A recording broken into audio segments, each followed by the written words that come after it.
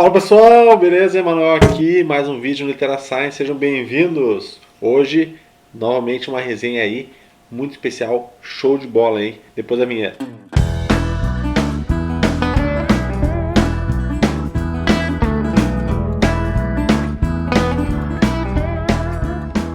Bom pessoal, hoje eu vou falar para vocês dessa maravilha aqui da literatura latino-americana chamada Memórias de Minhas Putas Tristes, né?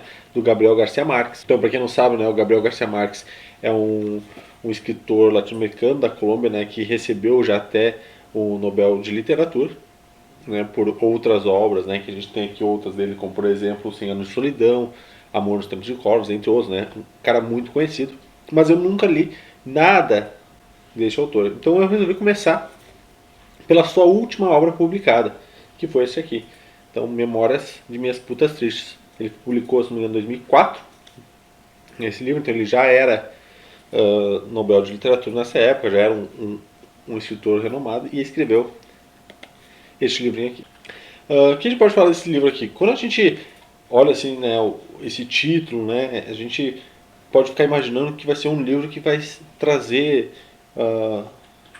relações sexuais, vai ter, né, todas histórias eróticas, e tu acaba se surpreendendo que na verdade não é um livro erótico.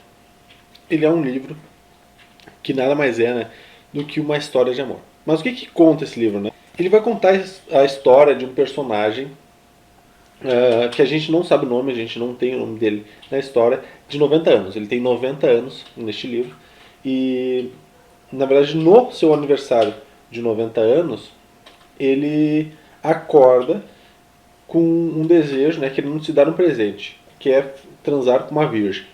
Então é isso que ele quer. Mas pra gente, né, entender esse cara, né, e esse desejo dele, a gente tem que entender um pouco. Ele vai contando, na verdade ele conta em primeira pessoa esse livro, então é ele mesmo contando a sua história, né? Então contando como se fosse do passado. Então ele começa, acordei no meu aniversário de 90 anos, né, com esse desejo. Mas por quê, né? Ele é um escritor que ele até se considera um escritor meio falido, assim, né? Um cara que o seu primeiro livro teve que alguém pagou para ele publicar, sua mãe, se não me engano, né, que fez, ela pagou para ele publicar, ele escreve semanalmente, né, para um jornal, mas ele se considera um cara medíocre, assim. E a gente começa a conhecer um pouco a história dele e desse desejo dele aos 90 anos. O que acontece? A gente conhece que a história dele foi sempre assim. Ele é um cara muito conhecido assim nos prostíbulos. Ele sempre teve uma vida dentro dos prostíbulos. Então, nunca se permitiu amar ninguém, nunca se permitiu nem ser amado, ele nunca quis ter uma relação séria, além daquela relação que ele pagava para ter relacionamento com as mulheres.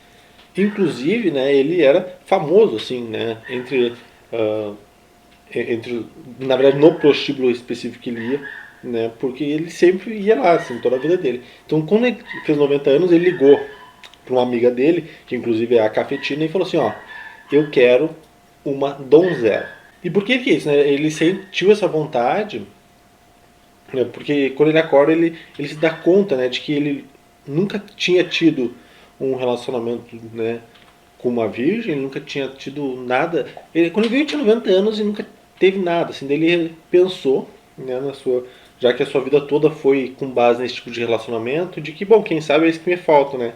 Um relacionamento com uma virgem. A mulher fala, né, essa Cafetina fala pra ele, não, mas é difícil, mas vou tentar, tá? Daí ela acaba ligando pra ele depois de uma hora, falando assim, ó, consegui. E aí que começa, na verdade, a história.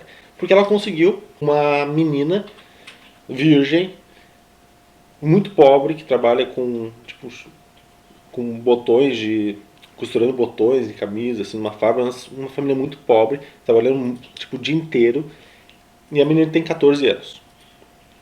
Tá? E quando a gente para nas partes, né, tem esse choque, né? Inclusive porque ele aceita e fala, não, tá bom, beleza, é isso aí. Isso vira um choque, né? Porque a gente começa a pensar que talvez a história seja, né, em cima disso, né? Em cima de uma pedofilia e tal. Mas não. A gente acaba se surpreendendo por isso. E o interessante disso, porque eu acho que é um papel da literatura, é isso, é nos chocar primeiramente. Então a gente tem esse impacto, esse choque muito grande com essas informações.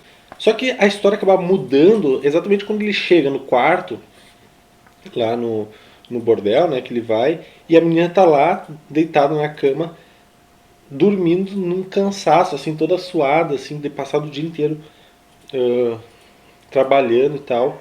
E foi aí, né, nesse momento, né, que ele passa, inclusive passa a noite lá, né, com ela dormindo ali, assim, ele passa refletindo. Uh, é o que muda tudo, muda ele, muda a forma como ele vê a vida. Então, a partir daí a gente começa a ver qual é a moral realmente dessa maravilha, desse livro aqui. E a gente fica pensando assim, né, a relação entre o que é aquilo que a gente achava que seria uma história de relação sexual com o que realmente ela é. E ele sente isso, né? Ele sente, uh, ele começa a perceber que, nossa, ele nunca amou ninguém, ele nunca teve ninguém, ele nunca, né? Então toda a visão dele para a vida acaba mudando. E obviamente eu não vou contar o final, né, do livro, toda a história do livro, mas a ideia é passar para vocês a questão de o quanto que essa relação dele fez ele perceber a importância, né, do amor. E a história não deixa de ser isso. Ela acaba sendo uma história de amor. Apesar de ter o choque, né, como eu comentei no início, de que ele quer uma virgem lá de 14 anos, que é um crime, obviamente, uma pedofilia é um horror, mas a história de amor que acaba envolvendo, e que na verdade não só uma história de amor, mas para pensar, é uma história que fala sobre o envelhecimento, sabe? É muito bonito por isso, sabe? É, é um senhor escrevendo sobre o processo de envelhecimento. Então, para quem estuda um pouco de envelhecimento, já estudou um pouco de envelhecimento, sabe como é que é o processo senil. Então ele é um cara que sempre foi o machão, assim, do bordel, e agora ele tem 90 anos e tem todos os problemas senis de um idoso, né? Mas ele não se enxerga como idoso, isso é uma coisa interessante também. Então uma das coisas que a gente aprende no livro é que a idade que a gente tem é aquela que a gente quer ter, de certa forma, ou seja, a forma como tu quer agir, né? E ele não, ele inclusive, quando tu tá lendo, tu esquece que ele tem 90 anos pela forma como ele age, pela forma como ele fala, né? Então isso é muito interessante. Bom, é um livro fantástico, realmente, assim, é um livro muito profundo, de grande reflexão.